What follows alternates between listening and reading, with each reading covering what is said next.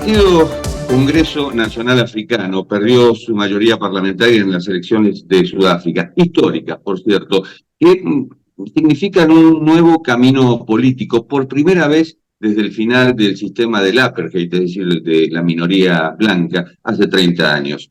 El ANC, eso por sus siglas en inglés, sigue siendo el partido más grande, pero ahora debe buscar socios de coalición para mantenerse en el gobierno y reelegir para un segundo y último mandato al presidente Cyril Ramaphosa. El Parlamento elige al presidente sudafricano después de elecciones nacionales, instancia que siempre dominó el ANC desde la votación de 1994, que puso fin al apartheid y llevó a Nelson Mandela al poder. El principal partido de oposición, Alianza Democrática, obtuvo alrededor del 21% de los votos. El nuevo partido, MK, liderado por el expresidente Jacob Zuma, distanciado de ANC, quedó en tercer lugar con poco más del 14% de los votos en la primera elección en la que participó. Estamos con Omer Freixas, alguien que conoce el tema, historiador, escritor, magíster en diversidad cultural, especialista en estudios afroamericanos por la Universidad Nacional de 3 de Febrero, licenciado y profesor en historia por la Universidad de Buenos Aires, docente de historia africana en esa casa de estudios y de posgrado en la Universidad de 3 de Febrero. Y la pregunta, Omer, es si los resultados son claros y si Sudáfrica efectivamente está buscando un cambio. ¿Qué tal, Jorge? Sí, efectivamente es un mal momento para el Congreso Nacional Africano, que, como decía, primera vez en sus 30 años de vida democrática y de haber ganado las primeras elecciones democráticas y libres de su historia, Sudáfrica no tiene la mayoría absoluta y se le vienen tiempos complicados. De hecho, mañana se elige nuevo presidente en torno a la negociación, la Asamblea, el Parlamento, la Asamblea Nacional, sobre el poroteo, podríamos decir, en torno a las negociaciones, porque con el 40% aproximado que obtuvo no le alcanza para formar el gobierno mayoritario, hegemónico que ha sido. Entonces, lanzó la idea de un gobierno de unidad nacional, algo inédito que no se había dado hace 30 años, cuando justamente Mandela ganó el Congreso Nacional Africano las elecciones de abril del 94, que fue una alianza que duró poco. Entonces, veo tal vez difícil, porque no hay posiciones definidas todavía en torno a la constitución de un nuevo gobierno de unidad nacional. Obviamente va a estar el Congreso Nacional Africano, pero habría que ver quién va a estar. La Alianza Democrática fue el segundo partido que obtuvo aproximadamente el 22% de los votos.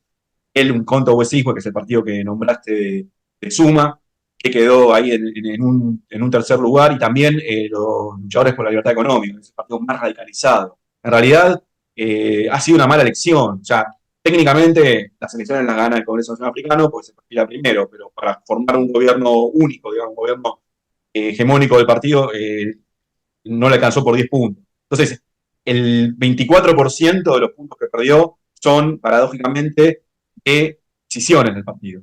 De la de Suma, que obtuvo un muy buen resultado, del 15%, porque tengamos en cuenta que es un partido nuevo. Formó en diciembre de 2023 y también es un líder profundamente polémico, que ha dividido filas dentro del partido hasta escindirse, y que él mismo fue presidente 9 años con 2 mandatos consecutivos, y que el propio partido casi más le hace juicio político. Y se tuvo que ir, presentó la renuncia al borde del juicio político porque tenía nada más y nada menos que 783 causas en su contra, hablando de hasta febrero de 2018. Sin embargo, volvió con un bastión ahí en KwaZulu Natal, con ansias de volver a la vida política, pero sin poder presentarse él mismo a las elecciones, que había tenido una condena y un arresto por las mismas cosas de corrupción que lo llevaron a perder la presidencia después de 9 años de mandato. Entonces, esa es una parte de los votos que podemos decir que le comió esta nueva decisión. Y después el partido de Malema, que es un partido completamente radicalizado, de un basamento marxista, que tiene propuestas que no son compatibles con los otros partidos, tal vez son mucho más a una izquierda, un mayor grado de radicalización, que es expropiación de las tierras de los blancos. Apenas el 10% de Sudáfrica, de la población blanca de Sudáfrica, concentra el 80% de la riqueza. en lo cual Malema, el joven, otro antiguo escindido del Congreso Nacional Africano, porque fue el líder de la juventud, la rama juvenil del Congreso Nacional Africano hasta 2012. En 2013 se va del partido, se abre este nuevo partido que es los Luchadores por la Libertad Económica. Y plantea no solo la expropiación de tierras, sino la nacionalización de sectores clave como la minería. Sudáfrica es un emporio minero, es el principal productor de platino del mundo, el quinto extractor de diamante en bruto también del mercado global, se tiene muchísimo que ofrecer, además es el país más industrializado de África, huelga decir. Entonces, estos dos partidos le restaron 24% del voto al Congreso Nacional Africano, que gradualmente en las últimas elecciones fue perdiendo caudal electoral. Yo creo que ahí que hay, si se quiere, tres grandes ejes problemáticos que son con miras a solucionar en algún momento, que son la economía, la pobreza, el paro, el desempleo, la desigualdad, según el coeficiente de Gini. Sudáfrica es el país más inequitativo del mundo, eso por un lado, ¿no?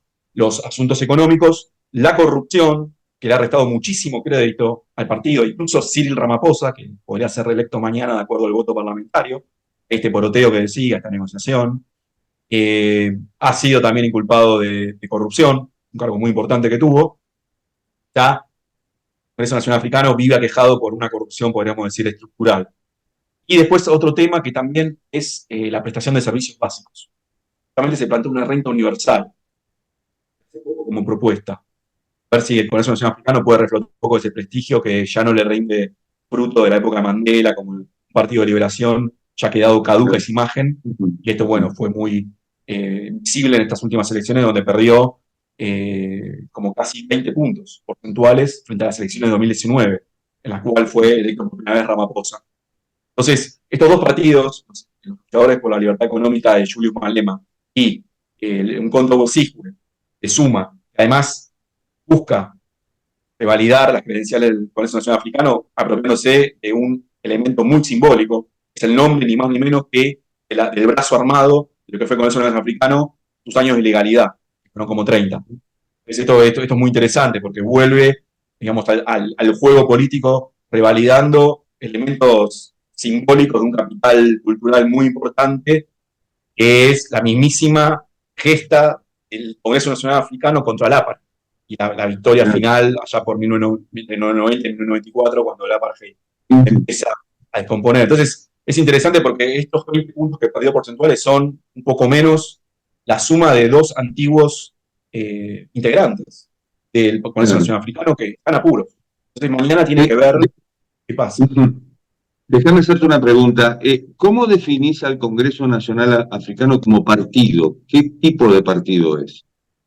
Es un partido más, podríamos llamar, de una centroizquierda, nacionalista, inclusivo. No es un partido que se oriente a un determinado grupo, sino que pretende ser como más un partido de, si se quiere, de la mayoría negra, que es el 90% de la población sudafricana. Es un partido con propuestas semi-radicales, yo diría.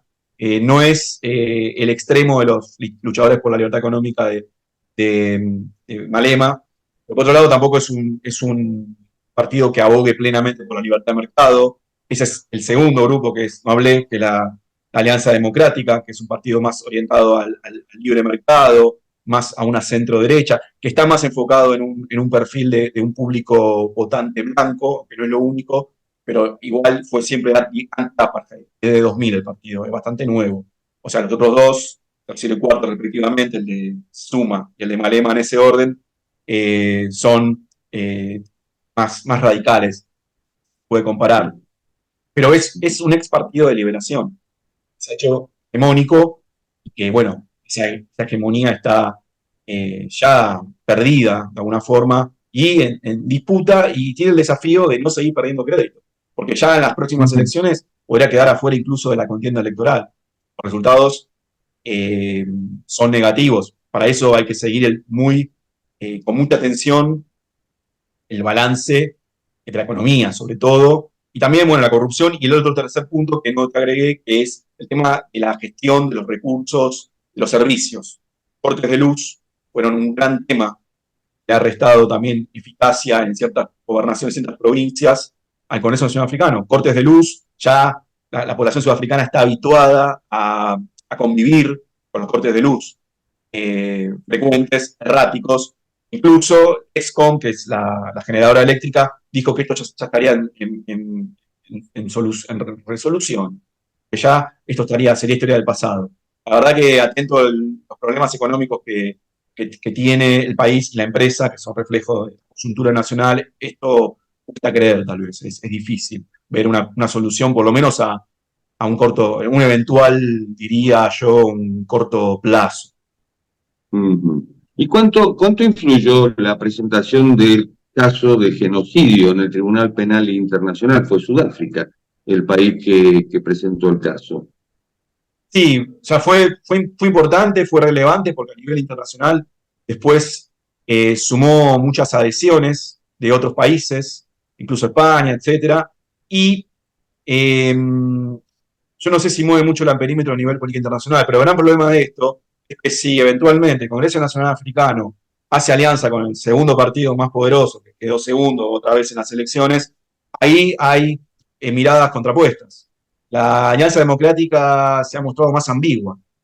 La cuestión de la posición frente al Estado de Israel, ante lo que está aconteciendo en Gaza, la denuncia de genocidio que elevó Sudáfrica a la Corte Internacional de Justicia, tuvo, digamos, el acatamiento, fue más una iniciativa, obviamente, del gobierno sudafricano, enarbolado por el Congreso Nacional Africano en diciembre del año pasado, antes de, digamos, caer esta coyuntura que era previsible, bueno, de perder por primera vez en 30 años después de 6 elecciones, la mayoría parlamentaria que requiere para formar gobierno solo, el partido.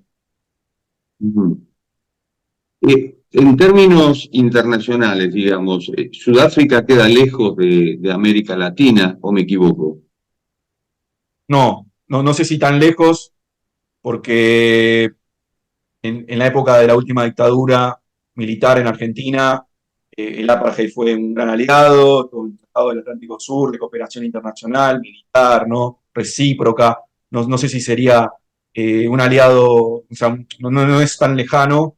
Y por otro lado, también hubo, en el pasado, podemos revisar, yo soy historiador, podemos revisar que también hubo migración africana, OER, de las poblaciones, de uno de los núcleos de población blanca. Es justamente el partido que gana las elecciones de 1948 e impone jurídicamente hablando el apartheid, que la segregación era previa. Entonces, no sé si están tan alejados. Hay un núcleo de población blanca que llegó a fines del siglo XIX a la Argentina. De todas formas, el BRICS primero incluye a Sudáfrica ya de 2010.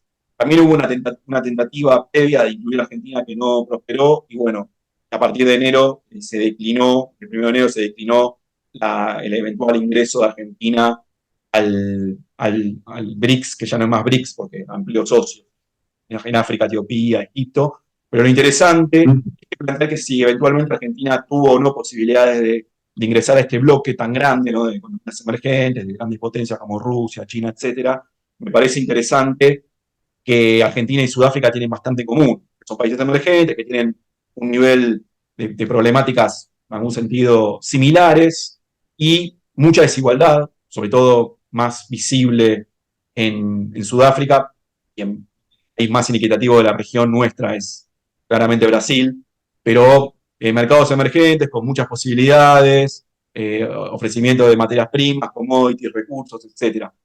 Veo ciertas similitudes y bueno, y ciertos vínculos del pasado. Un dato histórico más que me resulta muy interesante, las famosas invasiones inglesas, la primera, las tropas británicas embarcadas partieron de Cape Town, que está justo en línea recta a Buenos Aires, para ver las Ajá. conexiones del pasado. Sí, sí. El Congreso Nacional Africano, en caso de lograr la alianza, ¿crees que se garantiza la estabilidad en el gobierno? Yo creo que sí, pero depende también qué aliados entren en esa futura coalición. Porque, por ejemplo, el partido Inkatha, que es más representativo del este, en KwaZulu-Natal, de una de las provincias con fuerte mayoría étnica zulú, dijo que sí entraría en una alianza. Pero el MK, el partido de Zuma, ¿no? dijo que no estaría muy agraciado de ingresar a una alianza. Apenas 24 horas, no hay posicionamientos ni oficiales ni firmes. Pero Lincata dijo que no tendría problema porque es un partido que quedó cuarto, igual, quinto en realidad. Dijo que no tendría, dijo que no tendría problemas en ingresar tanto en una alianza como con la Alianza Democrática o con el Congreso Nacional Africano. Pero al partido de Malema lo veo más complicado, por los posicionamientos ideológicos tan distintos.